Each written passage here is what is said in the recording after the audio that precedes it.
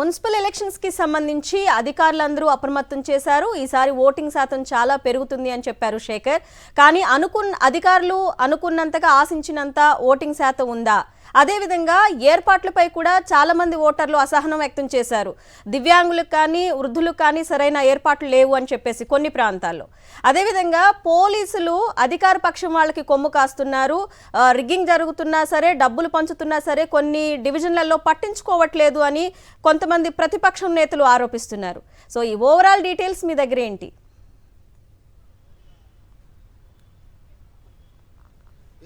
తెలంగాణ రాష్ట్రంలో ఉదయం 8 గంటల నుంచి రాష్ట్ర వ్యాప్తంగా దాదాపు 116 మున్సిపల్లు అట్లాగే 7 కార్పొరేషన్లకు ఎన్నికలు జరుగుతూ ఉన్నాయి.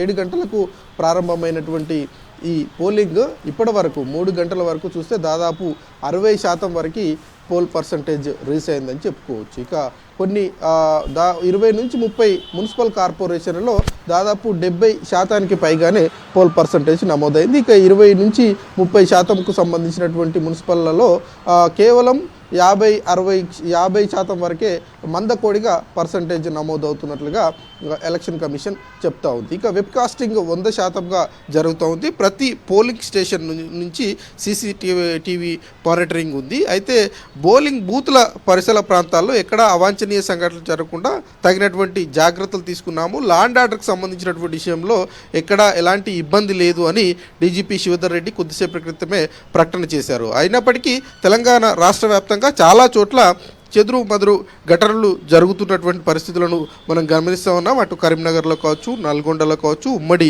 మెదక్ జిల్లాలో కావచ్చు, మహబూబ్ నగర్కి సంబంధించినటువంటి జిల్లాలలో చాలా చోట్ల అధికార పార్టీ ప్రధాన ప్రతిపక్షమైనటువంటి బీఆర్ఎస్ పార్టీ కార్యకర్తలు కావచ్చు, నాయకులు కావచ్చు, క్యాండిడేట్లకు పోలీసులకు మధ్య గొడవలు జరుగుతున్నటువంటి సిచ్యువేషన్స్ అయితే ఉన్నాయి. ఇక కొన్ని చోట్ల పోలీసులు అధికార పార్టీ అభ్యర్థులకు అనుకూలంగా పనిచేస్తున్నారు అన్నటువంటి విమర్శలు కూడా ఉదయం నుంచి వస్తూ ఉన్నాయి.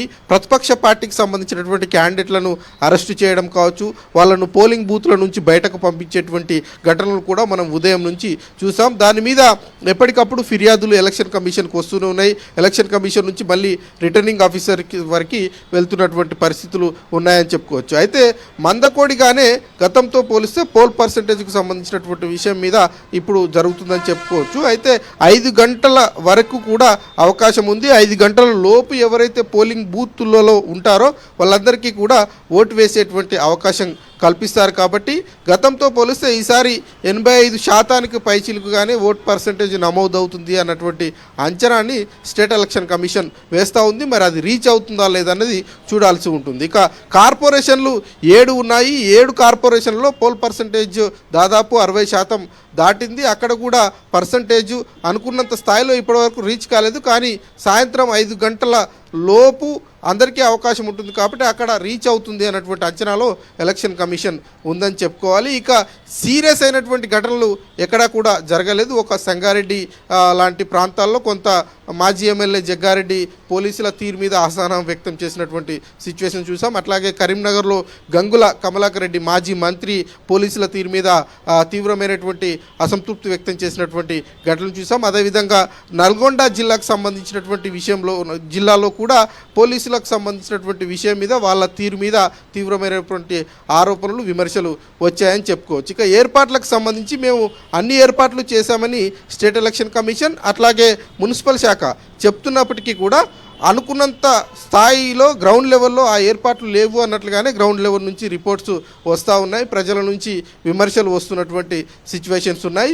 ఇక ముఖ్యంగా ఒక స్కూల్లో 3-4 బూతులు ఏర్పాటు చేస్తే ఏర్పాటు చేసినటువంటి బూతుల దగ్గర క్యూ లైన్లకు సంబంధించినటువంటి విషయంలో వృద్ధులకు వెళ్ళడానికి సరైనటువంటి వెసులుబాటు లేదని, అదేవిధంగా మహిళలకు వెళ్ళడానికి సరైనటువంటి వెసులుబాటు లేదని విమర్శలు అట్లాగే అక్కడి నుంచి కంప్లైంట్స్ అయితే వస్తూ ఉన్నాయి. వాటి మీద రాబోయేటువంటి రోజుల్లో ఇట్లాంటి జాగ్రత్తలు తీసుకుంటాము, తగిన జాగ్రత్తలు తీసుకుంటామన్నటువంటి అంశాన్ని ఎలక్షన్ కమిషన్ చెప్తా ఉంది.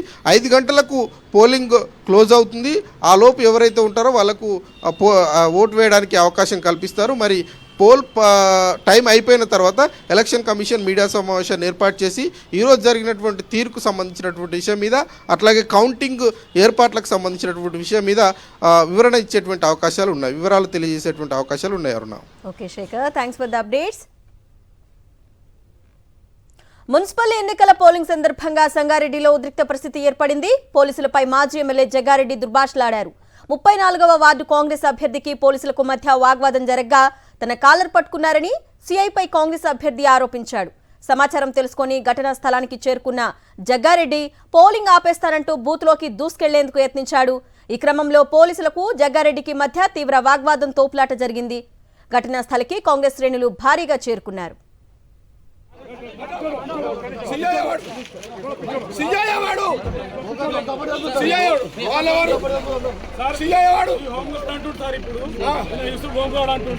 ఏం చేస్తాడు